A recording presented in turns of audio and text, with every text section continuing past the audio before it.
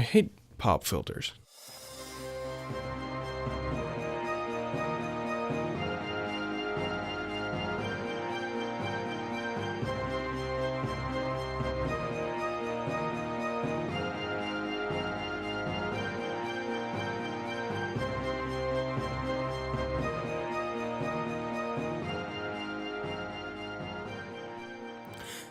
Hello everyone, welcome. This is SEC Fanatic. I'm your host, Matthew Johnson.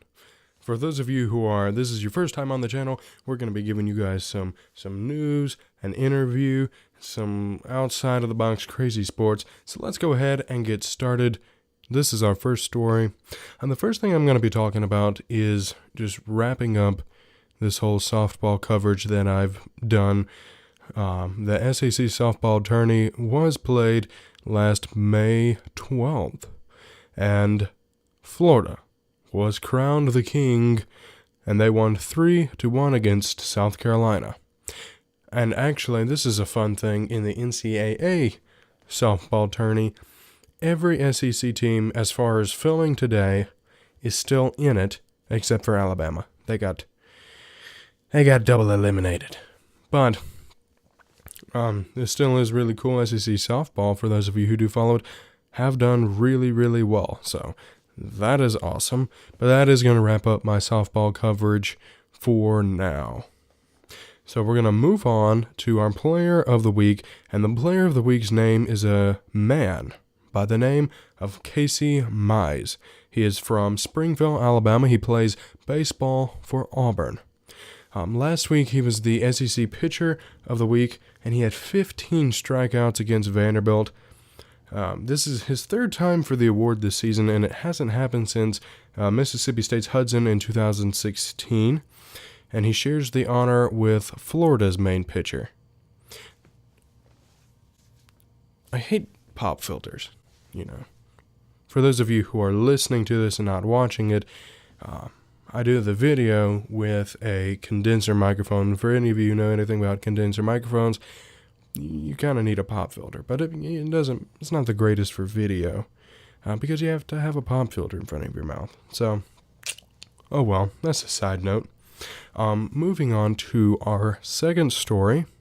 The Supreme Court has now decided this past week, I'm sure all of you watching this may have heard, some of you may not have, but the Supreme Court has now ruled that gambling on sports on all levels, high school, college, NFL, it's legal now. And why this is interesting to me is because you now have this completely new dynamic that you haven't had for a long time in sports, and that is, are players now going to be affected by this? If people want to gamble, that's one thing. That's kind of a different subject. What I'm a little more worried about when I hear this is, if a player wants to take a shot, well, now he has legal gambling that may or may not influence his shot. Now you have people who are college age, high school age, professional age, definitely, who their game-winning shot, their, everything, every little aspect of their game may or may not be affected by someone who they know who's put money on it. So they're gonna have to start making that decision between money or team and game, and maybe that's just an overreaction. You can't really say what exactly the outcome is going to be, but that'll definitely be something that we'll have to pay attention to moving into the fall and as more sports comes along. Okay, so we're going to go ahead and move on to our interview. This week we are interviewing a man by the name of Dane Morgan, and he's going to talk a little basketball fandom with you all. So who are your favorite players in the NBA? Right now, I would not really have, I wouldn't prefer at least one. I'd choose, some that I love to watch is probably Kyrie Irving and the Greek Freak. They're really just talent. They're young players, first of all, and also they're just really fun to watch. If you've ever been into basketball and you know what an ankle breaker is, that's pretty much Kyrie's strong suit, and he's just really fun to watch. So, how do you think, as far as the college level, how do you think college prepares players for the NBA, or do you think it prepares them at all for the NBA?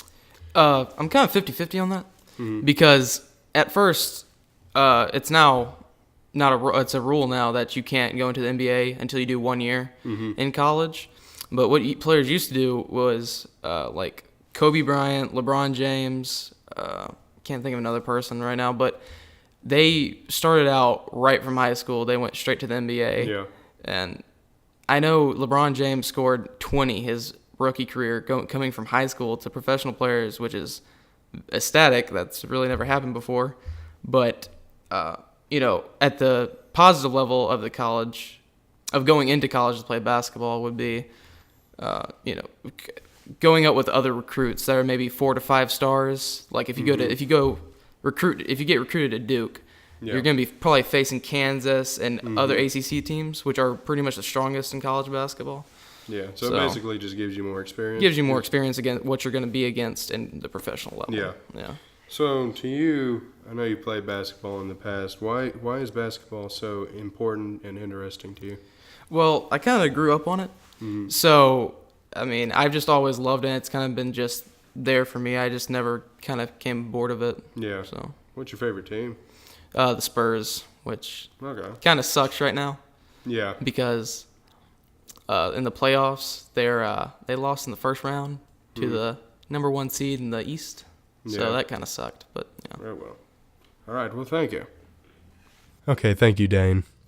Okay. So this week's crazy sport that I've chosen for you all is a real sport with a different location, kind of like extreme ironing, sort of.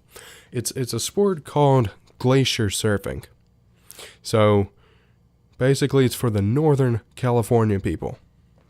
Okay, so what happens is you have the huge ice glaciers that are just floating around, and as they start to melt, there are surfers, apparently, who find it fun to go and surf the waves that are caused by these huge, massive chunks of ice falling into the water. So, yeah. Again, that is not one that I'm going to do at all. If you would like to do it, or if you have done it, comment below, because that would be pretty interesting to hear about. I think that's going to be it for this week, guys. Thank you for watching. Thank you for listening. This has been SEC Fanatic.